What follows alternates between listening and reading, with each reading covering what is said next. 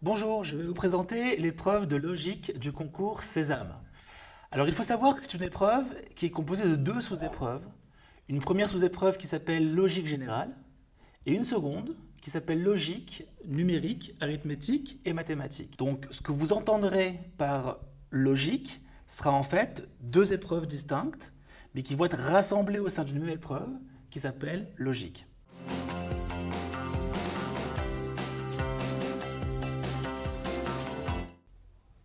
Alors la première épreuve de logique générale est composée de 25 questions, qui sont des QCM à choix multiples, avec 4 propositions de réponse, et une seule parmi les 4 réponses sera juste.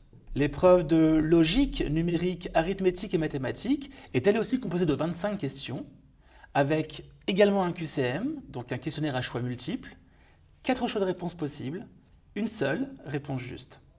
Donc au total, si on fait la somme, l'épreuve de logique est composée de 25 plus 25, soit 50 questions, à résoudre, écoutez bien, en 60 minutes. Autrement dit, 1 heure. Sachez que donc l'épreuve est très courte et que vous avez un nombre vraiment important de questions à traiter en un temps très limité. Il faut savoir que c'est un concours, donc le barème est comme dans beaucoup de concours, il est fait, il est décidé après que l'épreuve ait été passée, de sorte qu'il puisse appuyer sur des copies qui vont servir d'étalons et qui vont donc permettre au correcteur de fixer le barème. Sachez pour autant que lorsque vous répondez faux à une question, il n'y aura pas de point négatif. Ça veut dire que ce n'est pas pénalisant de répondre faux. Donc vous l'aurez compris, vous avez absolument intérêt à répondre au hasard lorsque vous ne savez pas répondre à une question.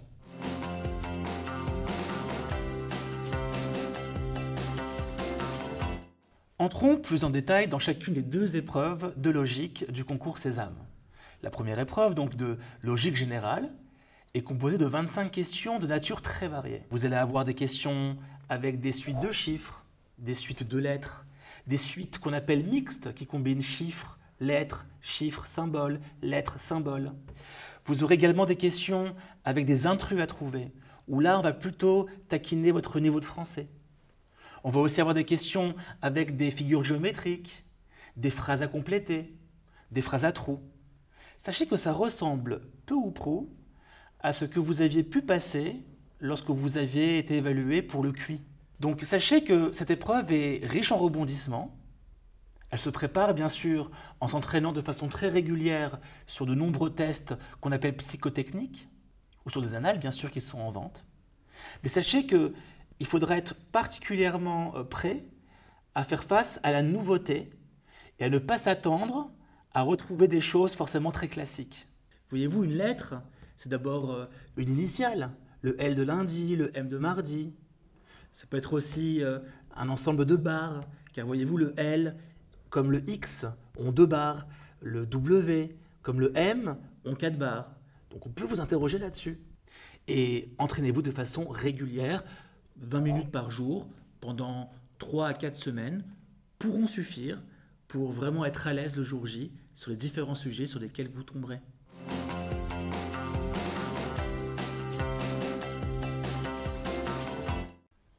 Quant à l'épreuve de logique numérique, arithmétique et mathématique, celle-ci est un peu plus conventionnelle. Les 25 QCM qui composent l'épreuve vont aborder des thèmes de ce qu'on appelle la vie des affaires. Autrement dit, tout ce qui va toucher à des augmentations, des baisses en pourcentage, des calculs littéraux, des factorisations, des simplifications de fractions. On va trouver aussi des petits problèmes arithmétiques où vous devrez par exemple poser une équation pour trouver la solution. Le programme sur lequel s'appuie l'épreuve est principalement un programme de niveau 3e. Donc dites-vous que c'est vraiment à votre portée. Mais je pense que vous avez compris que la difficulté ne réside pas tant dans le fait que le programme est un programme accessible de niveau 3e seconde, mais dans le temps dont vous disposez pour résoudre les questions qui vous sont posées. Ce qui est important de savoir pour cette épreuve-là, c'est que vous n'aurez jamais le droit à la calculatrice. Donc, ne soyez pas malheureux, mais sachez qu'il va falloir vous remettre à faire des additions, des multiplications, des divisions. Et donc n'attendez pas la veille du concours pour commencer à vous entraîner. Donc moi je vous conseille quelque chose de simple. Vous êtes au supermarché, Commencez déjà à calculer en fait le total de vos courses avant d'arriver en caisse. Enfin, toute occasion est bonne pour faire du calcul mental. Et puis même en terminale, en mathématiques, évitez de prendre la calculatrice et faites tout à la main. Vous allez voir que l'entraînement régulier en calcul mental paye toujours. Car vous allez devoir à un moment donné juste réactiver des choses que vous avez déjà apprises plus jeune. Et puis il y a également une astuce. Apprenez bien vos carrés, vos cubes, vos nombres premiers. Car comme il n'y a pas de calculatrice, les concepteurs vont quand même s'arranger pour que vos résultats tombent justes. Autrement dit, vous ne calculerez jamais la racine de 23.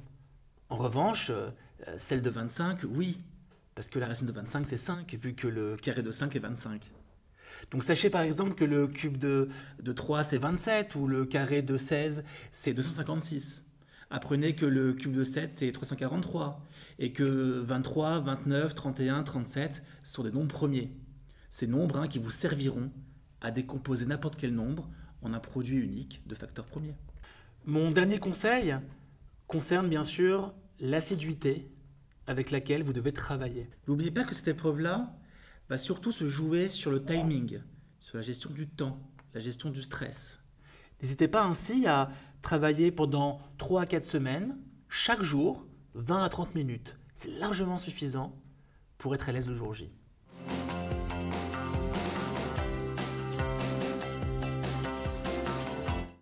Alors, qu'est-ce que le jury cherche à déceler chez vous comme qualité avec cette épreuve redoutable, composée de 50 questions à résoudre en 1 heure? Tout d'abord, le jury cherche à évaluer votre capacité à faire preuve d'inventivité, à faire preuve de créativité et d'adaptation, bien sûr. Car il faut savoir qu'en logique générale, vous aurez forcément des questions toutes nouvelles. Vous savez, les concepteurs du concours Sésame passent du temps sur ces questions. Ils cherchent souvent à vous déstabiliser, à vous faire travailler sur des choses absolument nouvelles. Donc, même si l'épreuve contiendra des questions accessibles, assez faciles, qui ressemblent quand même plus ou moins à ce qu'on peut trouver dans le commerce, lorsqu'on s'entraîne sur des annales par exemple, eh bien vous aurez toujours quelques questions qui seront particulièrement redoutables. Donc voyez-vous, le jury cherche à stimuler votre créativité, stimuler votre capacité d'adaptation. Soyez un peu caméléon, ne cherchez pas à rentrer dans un formalisme, dans une convention, essayez plutôt de sortir un peu de vous et d'imaginer des choses tout à fait nouvelles. Mais le jury cherche également à vérifier que vous avez quand même en vous déjà de bonnes dispositions au business, au commerce. Voyez-vous, avec l'épreuve de logique numérique, arithmétique et mathématiques, il ne faut pas le nier, on cherche vraiment à identifier les étudiants qui seront les plus à même de manipuler en comptabilité, en gestion, en marketing, en ressources humaines, des ratios, des moyennes, des pourcentages, des racines carrées, des personnes qui sont capables de faire des règles de 3, des règles de proportionnalité. La dernière chose que le jury va évaluer, c'est votre combativité ainsi que votre résistance au stress. Pourquoi votre combativité? Regardez bien, 50 QCM, 1 heure. Il va bien falloir être guerrier. Il ne faudra pas se laisser abattre par une question difficile. Il faudra reprendre du courage et passer à la question suivante, quitte à revenir après sur la fameuse question difficile.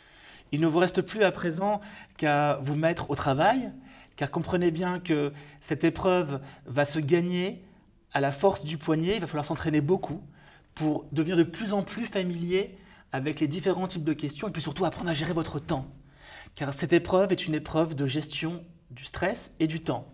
Plus vous allez être à l'aise avec les différentes notions, les différents types d'exercices, les différents styles d'exercices, plus vous serez capable, le jour J, de faire un maximum de questions. Et c'est là tout l'enjeu, faire beaucoup plus de questions que vos principaux concurrents.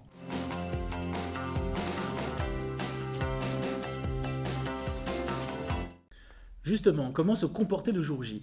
Mais avant de parler du jour J, j'aimerais vous parler de la veille de ce fameux jour J, c'est-à-dire en fait J-1, autrement dit ce jour qui va précéder le fameux concours Sésame.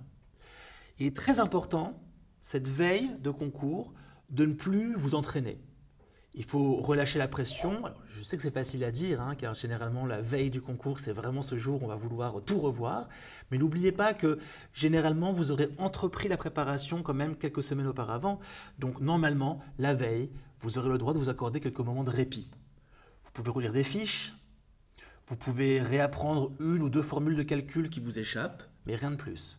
Surtout, couchez-vous tôt, mangez léger, pour passer une bonne nuit. Il est très important de garder à l'esprit que vous allez vous lever tôt le jour J. Le concours Sésame démarre tôt. Donc, pour peu que vous habitiez en banlieue, un peu loin du centre d'examen, vous devrez vous lever très tôt. Le jour J, pour éviter le stress, sachez à quoi vous attendre. Il est très important de commencer par l'épreuve avec laquelle vous serez le plus à l'aise. Et traditionnellement, il y a fort à parier que vous aurez plus de facilité sur l'épreuve de logique numérique, arithmétique et mathématiques. Donc commencez par cette épreuve, puis enchaînez bien sûr par la logique générale. Au niveau du temps, attention aux pièges. Ne passez pas trop de temps sur l'une ou l'autre des deux épreuves. Il est vraiment important que vous consacriez en moyenne 30 minutes par épreuve. Et puis surtout, n'oubliez pas une chose. L'épreuve va être difficile le jour J. Mais ce sera le cas pour tout le monde. C'est un concours.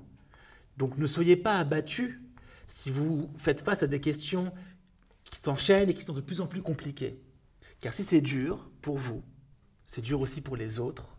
Et donc ne perdez pas confiance en vous, continuez à être combatif et allez jusqu'au bout de l'épreuve. Chaque minute compte le jour J et c'est à ce prix que le concours se gagnera. Au final, avec une bonne préparation ainsi qu'avec une bonne gestion de votre temps et de votre stress le jour J, vous donnerez le meilleur de vous-même et vous serez à même d'intégrer l'IPAC Business School.